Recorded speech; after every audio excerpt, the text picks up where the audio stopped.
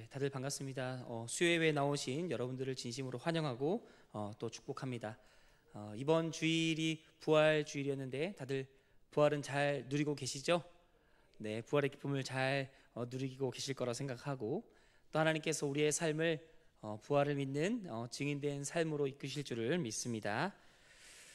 오늘 우리가 본 말씀은 두 절밖에 읽진 않았지만 누가복음 24장에 나와 있는 13절부터 35절까지에 나오는 두 제자의 이야기를 중심으로 함께 살펴보려고 합니다. 엠마오로 향하는 두 제자에 대한 이 말씀은 마가복음과 누가복음 두 곳에만 기록되어 있습니다. 마가복음에는 단 두 절로 간략하게 기록한 반면 누가복음에는 30절이 넘는 분량으로 기록하고 있습니다. 누가는 이 사건에 대해 예수 그리스도의 증인들이 어떻게 변화하고 있는지를 초점에 맞춰 자세히 묘사합니다. 이 사건을 살펴보며 예수님을 따르는 자들이 겪는 이 심경의 변화도 살펴보고 오늘 우리에게도 이런 동일한 은혜를 주실 줄을 기대하며 함께 말씀을 살펴보겠습니다. 먼저 첫 장면은 예수님의 죽음 이후 예루살렘을 떠난 두 명의 제자로 시작합니다. 13절을 보시면 그날에 두 명의 제자가 예루살렘에서 25리 되는 엠마오로 이동했다고 합니다. 왜 이 두 제자는 예루살렘을 떠났을까요? 13절을 보며 두 가지 부분을 함께 살펴보려고 합니다. 첫 번째는 그날의 사건 때문입니다. 그날은 예수님의 죽음 이후 예수님의 시신이 사라진 그 사건을 말합니다. 이 사건으로 인해 예루살렘에는 어떠한 소동이 일어났습니다. 마태복음 28장에는 이 사건에 대해 직접적으로 언급하고 있는데 안식일 다음 날에 여인들이 예수님의 장례를 치르기 위해 빈 무덤으로 가게 되었고 이후 경비병들도 그곳이 비었다는 것을 알게 됩니다. 경비병들도 예수님의 시신이 사라진 걸 알아차리게 되자 그들은 이 일을 대제사장에게 알리고 유대 지도자들은 모여서 이 문제에 대해서 정리합니다. 그들은 무덤을 지키던 군인들에게 돈을 많이 주어서 예수를 따르던 추종자들이, 즉 제자들이 예수의 시신을 밤에 몰래 훔쳐갔다라고 거짓 증언하게 합니다. 다만 이렇게 하면 이 모든 책임을 군인들이 져야 했기에 그들에게 빌라도에게 말하여 책임을 지지 않게 하겠다고도 약속합니다. 그래서 이 문제는 유대 종교 지도자들이 꾸미고 군인들이 거짓 증언하여 빌라도까지 동참한 그런 문제가 되어 버립니다. 결국 이 사건은 유대인들 사이에서 제자들의 만행으로 결론 내립니다. 당연히 당시 유대 사회에서는 예수의 부활을 비판적으로 받아들여졌고 예수를 따르던 일도 비난이나 배척의 대상으로 여겼습니다. 자연스레 안식일 후 예수 그리스도를 따르던 많은 사람들은 흩어질 수밖에 없었습니다. 가장 가까이서 예수님을 따르던 제자들은 가능한 그곳을 빨리 떠나 안전한 곳으로 피신해야 했습니다. 제자들이 예루살렘을 떠난 두 번째 이유는 예루살렘에서 떨어진 엠마오라는 지역에 그 이유가 있습니다. 지금 시대에서는 이 엠마오에 대해서 정확한 지역을 찾을 수는 없습니다. 하지만 당시 엠마오로 불린 지역이 예루살렘에서 60스타디온, 한글 번역에서는 25리, 약 11km 정도 떨어졌다고 기록하고 있습니다. 이 두 명의 제자는 어떠한 목적을 가지고 예루살렘에서 떨어진 엠마오라는 지역으로 이동합니다. 이 11km라는 거리에 대해서 쉽게 설명하기 위해서 우리나라 군인들이 행군할 때 평균 속도로 계산했을 때 11km 정도면 한 3시간 정도 걸으면 갈 수 있고 조금 빠르게 걸으면 2시간 정도면 갈 수 있는 거리라고 합니다. 어떤 학자들은 두 제자들이 떠난 이유가 그들의 생업을 이어가기 위해서 혹은 가족들이 있는 안전한 곳으로 가기 위해서라고 봅니다. 마치 예수님의 죽음 이후 갈릴리 호수 인근에 돌아간 베드로를 포함한 7 제자들처럼 오늘 언급된 두 제자도 자신들에게 안전한 곳으로 떠났다고 보는 견해입니다. 어찌되었건 두 사람은 여인들이 전한 예수의 부활 소식을 듣고 난 뒤 예루살렘을 떠납니다. 그리고 그들은 엠마오로 가는 동안 예루살렘에서 일어난 그 일에 대해서 서로 이야기합니다. 아마 중간에 예수님을 만나지 못했다면 그들의 이야기는 가는 내내 예수님에 대한 그리움, 상실감, 그리고 후회만 가득한 대화로 남았을 것입니다. 큰 상실감 앞에 사람은 좌절할 수밖에 없습니다. 그리고 그 자리를 남아서 지키는 것만큼 고통스러운 일도 없습니다.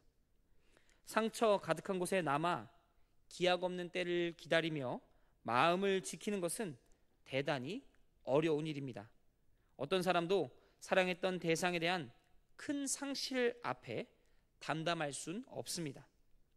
엠마오로 향하는 두 제자의 모습에 그 쓸쓸함과 후회가 보이는 것은 너무도 당연합니다. 제 인생에 경험한 가장 큰 상실은 어머니의 죽음이었습니다. 벌써 10년 정도 지난 이야기인데 그 마음의 우울한 감정이 아직도 남아있는 것 같습니다. 너무 큰 충격에 1차로 상처를 입었고 그 큰 상처가 여전히 남아 있어서 치유하고 있는 과정이지만 여전히 남아 있어서 아직도 마음이 아플 때가 있습니다. 누군가에게 말로 하지 못할 이 아픔은 여전히 있고 가끔 떠올라 힘들 때도 있습니다. 그날의 또렷한 그 기억이, 그때 보여지는 상황과 감정이, 심지어는 그날의 냄새까지 기억이 납니다. 사람은 누구나 큰 상실 앞에 허무하고 무너지는 경험을 합니다. 가장 소중하고 사랑하던 것의 상실은 어떤 식으로든 삶의 변화를 줍니다. 마음속의 상처가 어떤 사람에게는 트라우마가 되기도 하고 어떤 사람에게는 삶을 더 악착같이 살아갈 원동력이 되기도 합니다. 다만 이 모든 일에 앞서 잠시 멈춰서는 시간이 필요합니다. 그때를 어떻게 보내는가에 따라 삶이 정체하기도, 어떤 때는 퇴보하기도 혹은 전진하기도 하기 때문입니다. 예수님을 상실한 그날 두 제자는 그 충격에서 벗어날 수 없었습니다. 그 모든 것을 마음에 묻어둔 채로 예루살렘을 떠나는 것 외에는 할 수 있는 일이 없었습니다. 살면서 만난 그 큰 충격이 예수님을 따르던 그들에겐 무기력함과 참담함, 큰 상실로 다가왔기에 예루살렘에 머무는 게 너무 힘들었습니다. 그래서 두 제자는 안정을 찾을 수 있는 장소로 향했고 예수님의 흔적이 없는 곳으로 떠나야 했으며 후회, 아쉬움, 슬픔 등의 감정을 가지고 길을 나서게 됩니다. 우리는 이 두 제자의 모습을 통해 상실에 대해 생각해 보아야 합니다. 그리고 그 상실감 앞에 우리는 어떻게 대처해야 될지도 고민해 보고 또 생각해 봐야 합니다. 이 상실을 완벽하게 해결할 방법은 없으나 잠시 멈춰서서 앞으로 살아갈 삶을 고민하는 것은 큰 도움이 될 것입니다. 사랑하는 성도 여러분, 예수 그리스도를 열렬히 따르던 두 제자의 두 제자는 말로 설명할 수 없는 큰 상실을 경험했습니다. 그리고 그들은 잠시 달려가던 인생을 멈춰 세워 삶을 돌아보는 시간을 갖습니다. 그들에게 안정을 주던 엠마오로 향해 가며 그들이 잃은 예수 그리스도에 대해 이야기하고 슬픔을 나누고 고통을 함께 했습니다. 성도님들께도 살면서 쉽게 말할 수 없는 큰 상실의 경험이 있으실 것입니다. 그 기억들을 떠올리면 얼마나 마음 아프고 슬픔이 있으십니까?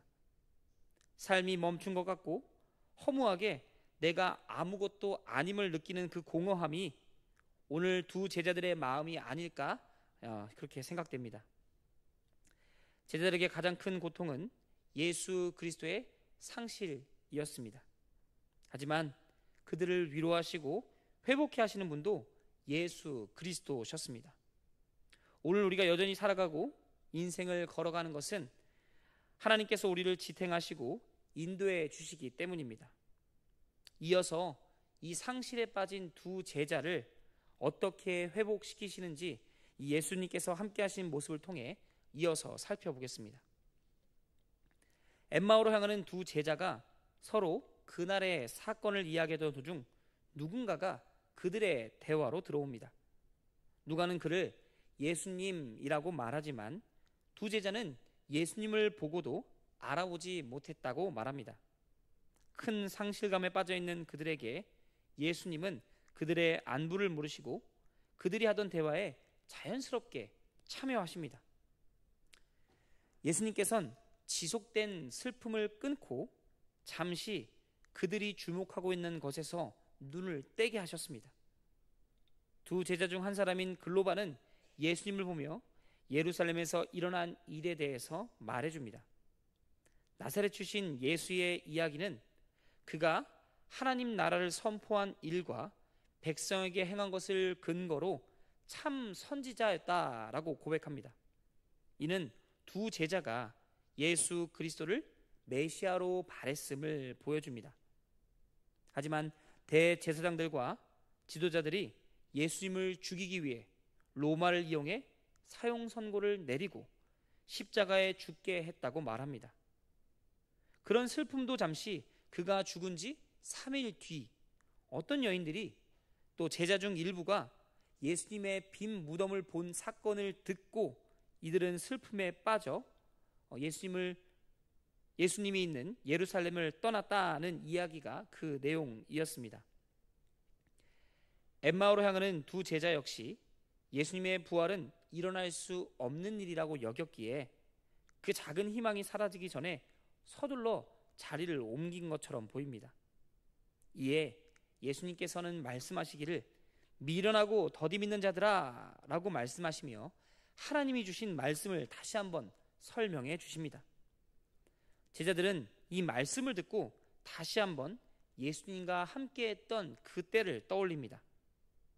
예수님과 함께하던 그 기간이 그 시간을 통해 주신 이 말씀들이 다시 한번 마음속에서 상기되고 그들의 멈춰선 인생이 다시 걷기 시작합니다. 요 앞전에 말씀드렸던 저의 그 경험이 큰 슬픔과 상실을 가져왔다고 말씀드렸습니다.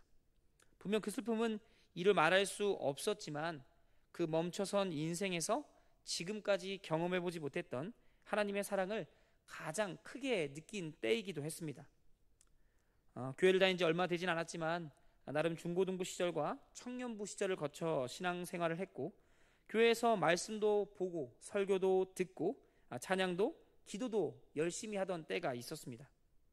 잠시 돌아보면 그때는 그 분위기와 감정이 저를 압도해서 조금은 애매하고 두리뭉실하게 신앙생활을 했던 것 같습니다. 하지만 아무도 없는 그 적막함, 그 상실감이 찾아오자 그곳에 여전히 나를 부르시고 함께 하시는 하나님의 사랑을 느끼게 되었습니다. 마치 저에게 말씀하시기를 주나나 내가 여전히 여기 있다 라고 하시는 것 같았습니다. 그러면서 내 안에 있던 그 믿음이 멈췄던 삶을 다시 움직이게 했습니다.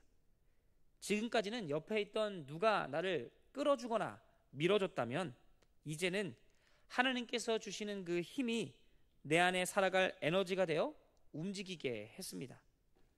눈에 보이는 것에 의지하지 않으려 했고 나를 이끄시는 하나님의 계획에 집중하려고 노력했습니다. 내 삶이 내 것이 아니라 내 소유가 아니라 나에게 주신 하나님의 선물임을 배우는 값진 시간이었고 그 잠깐의 멈춤이 저로 하여금 신앙적으로도 인격적으로도 성장과 성숙을 주었습니다. 비록 완전히 성장하기엔 아직 멀었지만 조금씩 성장하도록 이끄시는 이 하나님을 경험하고 나니 이제는 조급하거나 편협적이었던 이전의 사고를 조금은 벗어난 것 같습니다. 엠마오로 향하던 두 제자들도 예수님과의 만남을 통해 그들의 삶의 변화를 맞았습니다.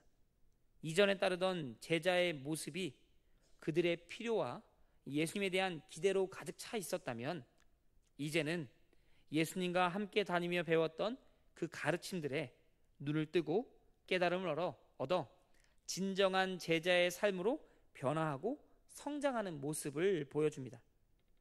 예수님은 제자들이 갖고 있던 고정관념에서 벗어나도록 다시 한번 말씀을 통해 가르쳐 주셨습니다. 27절을 제가 읽겠습니다. 이에 모세와 모든 선지자의 글로 시작하여 모든 성경에 쓴 바 자기에 관한 것을 자세히 설명하시니라. 예수님께서는 다시 한번 하나님의 약속과 예수님이 이 땅에 오신 이유를 설명하시며 그들이 놓쳤던 부분을 깨닫게 하셨습니다. 그리고 그들에게 참 제자의 삶으로 인도하셨습니다. 그쯤 되니 그들의 목적지인 엠마오에 도착하게 됩니다. 영의 양식인 말씀이 미처 소화되기도 전에 예수님과의 만남이 끝날 것 같자 그 아쉬움에 그들은 예수님을 자신들의 집으로, 개인적인 공간으로 초청합니다. 예수님께서는 그들의 초청에 응하시고 그들과 식사 자리에 함께 하셨습니다. 그리고 우리에게 익숙한 장면이 보여집니다. 30절인데요. 그들과 함께 음식 잡수실 때에 떡을 가지사 축사하시고 떼어 그들에게 주시니, 마치 제자들이 마지막 만찬을 하는 것과 같은 장면이 보여집니다. 이 식탁 교제는 읽는 독자에게는 마지막 만찬을 떠올리긴 했지만 이 두 제자에게는 생소한 일이었을 것입니다. 마지막 만찬에 참여하지 않았기 때문에 처음 예수님과 밥을 먹는 자리처럼 보입니다. 두 제자는 그곳에서 떡을 가지사 축사하시고 떼어 받게 됩니다. 그때 그들은 처음으로 눈이 밝아져 예수 그리스도를 알아보았습니다. 그러나 그 순간 예수님께서 사라져 그들의 눈에 보이지 않게 되었습니다. 그리고는 부활하신 예수님 만난 그 엠마오로 오던 길을 떠올리며 그 가르침과 감동을 서로 나눕니다. 이전까지 수박 겉핥기식으로 제자의 삶을 살았다면 이제는 말씀에서 그 깨달음을 얻어 진정한 제자의 삶을 걷기 시작합니다. 예수님을 상실했을 때 제자들은 큰 상실과 절망만 있는 줄 알았는데, 하나님께서는 그들의 삶에 심어둔 그 하나님의 말씀이 여전히 그들 가운데 있다는 것을 알려주셨고, 예수님과의 만남을 통해 제자의 삶으로 그 꽃봉오리를 피우게 하셨습니다. 사랑하는 성도 여러분, 우리는 하나님의 말씀을 보고 듣고 살아야 하는 그리스도인들입니다. 엠마오의 두 제자가 상실의 아픔 속에서 예수님을 만나 변화되었을 때 그 말씀이 움직였듯 우리들도 예수님과의 만남을 통해 말씀으로 변화되고 있는 사람들입니다. 지금의 모습이 누군가에게 보여질 만한 혹은 자랑할 만한 모습은 아닐지라도 여전히 우리가 변화 가운데 있고 변화되고 있음을 믿으시기 바랍니다. 바라기는 예수님과의 더 많은 만남과 교제를 통해 우리의 일상에 성장과 변화가 나타나길 바랍니다. 마지막으로 엠마오로 향한 두 제자의 모습은 엠마오로 향하던 두 제자의 마지막 모습은 이전에 비통해하며 예루살렘을 떠나던 모습과는 전혀 달랐습니다. 그들은 예수 그리스도를 만나 잃었던 방향을 찾았고 삶의 목표도 회복했습니다. 예루살렘을 떠날 때의 걸음이 무거웠다면 이제는 진정한 자유를 누리고 다시 예루살렘을 향해 가벼운 발걸음을 뗍니다. 아니, 오히려 이 기쁜 소식을 전하기 위해 다급한 발걸음을 재촉했을지도 모르겠습니다. 33절에 곧 그때로라는 표현이 그들의 행동이 얼마나 빨랐는지를 묘사해 줍니다. 엠마오로 향하던 두 제자는 다른 사람이 되어 예루살렘으로 돌아옵니다. 그들이 경험한 일을 제자들과 함께 나누길 바랬고 예수 그리스도의 부활을 전하지 않을 수 없었습니다. 두 제자는 서로 예수님에 대한 가르침을 나눈 뒤 다시 엠마오에서 예루살렘으로 향합니다. 예루살렘에서 엠마오로 가는 길이 한없이 멀고 암울한 길이었다면 이젠 엠마오에서 예루살렘으로 가는 길은 가볍고 즐거우며 기쁨이 넘쳤을 것입니다. 그들이 예루살렘에 도착했을 때 이미 베드로와 11 제자가 모여 있었고 예수님의 제자 중 가장 활발히 활동하던 시몬 베드로도 예수님을 만났다는 소식을 듣습니다. 엠마오의 두 제자도 이에 더하여 예수님과 함께 동행하며 그 가르침과 엠마오에서 떡을 떼신 사건을 나누며 부활의 증인으로 그 자리에 섭니다. 누가복음을 기록한 저자 누가는 서두에 말씀드린 대로 엠마오로 가던 두 제자의 이야기의 비중을 의도적으로 많이 기록했습니다.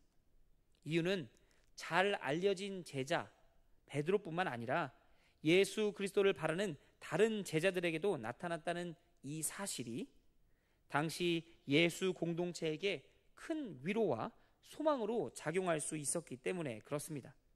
이는 특권층이나 소수의 사람의 이야기가 아니고 예수 그리스도를 믿는 모든 이에게 예수 그리스도의 부활을 통해 하나님 나라 소망을 주기 위함입니다. 처음 예수님 만났을 때 멋모르고 예수님을 쫓아가던 시절에는 우리의 바람을 이루기 위해 나에게 주시는 위로의 감동에 예수님을 쫓아갑니다.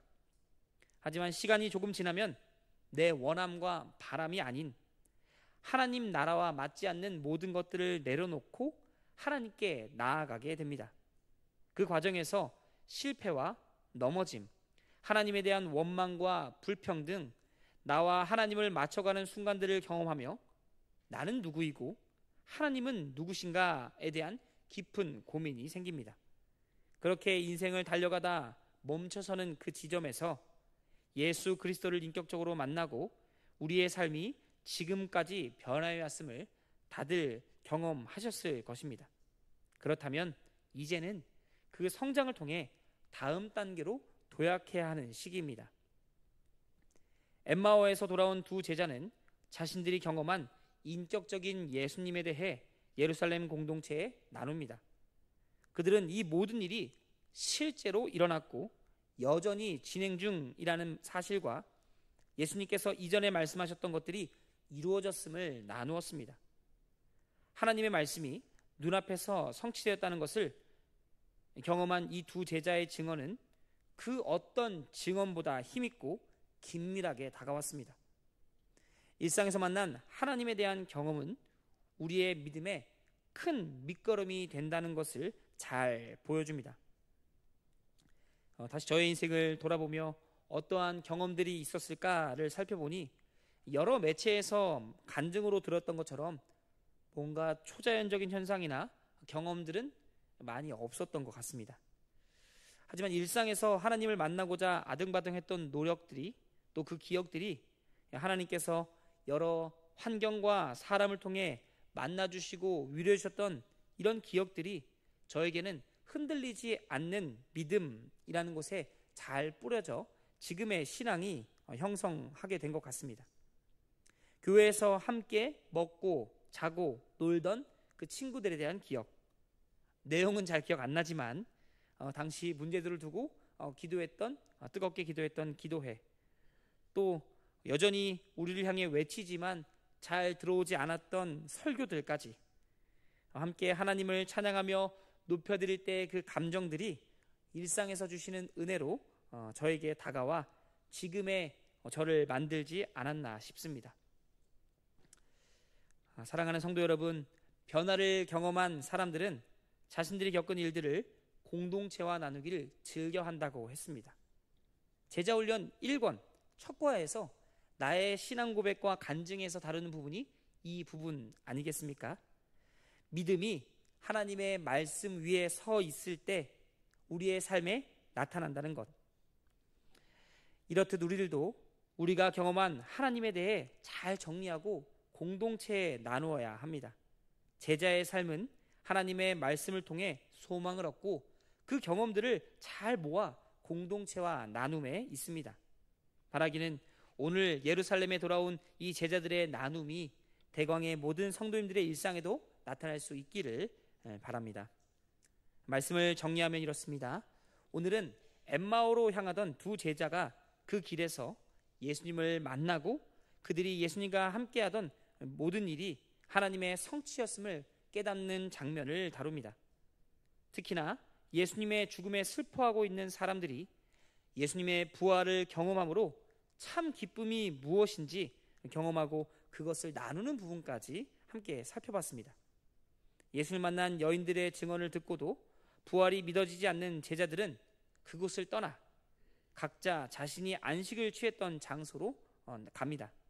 그 안식의 장소는 예수님을 만나기 전 익숙한 곳이긴 하나 참 안식을 누릴 수 없는 곳이었습니다. 그렇게 이전으로 돌아가던 그 사람들에게 예수님께서 나타나셔서 부활의 증거를 보여주시고 말씀을 통해 깨닫게 하시고 인격적인 만남을 가지셨습니다. 마치 너무 큰 슬픔에 어둠으로 향하던 제자들에게 하나님의 빛이신 예수 그리스도께서 그 빛으로 밝혀주시고 하나님 나라의 소망을 갖게 하신 것입니다. 오늘을 살아가는 우리들에게도 이와 동일한 은혜를 주셨음을 믿습니다. 사랑하는 대강의 성도 여러분, 예수님의 부활은 일반 상식에서 이해될 수 있는 영역이 아닙니다. 하지만 분명히 나타난 역사적 사실이며 오늘 우리에게 주신 하나님의 은혜입니다. 그렇게 우리는 하나님 주신 이 부활의 소망을 갖고 이 땅을 살아가며 삶에서 하나님의 온전한 통치를 바라는 하나님의 백성들이 되어야 합니다. 마치 제자들의 평생에 예수님께서 동행하진 않으셨지만 중요한 순간 그 엠마오로 가는 길에 만나 주신 것처럼 우리를 찾아오시어 깨닫게 하시고 알게 하시는 그 은혜가 있기를 바랍니다. 삶을 통해 예수 그리스도의 부활을 누리고 전하는 대강의 모든 성도님들이 되시기를 간절히 소원합니다.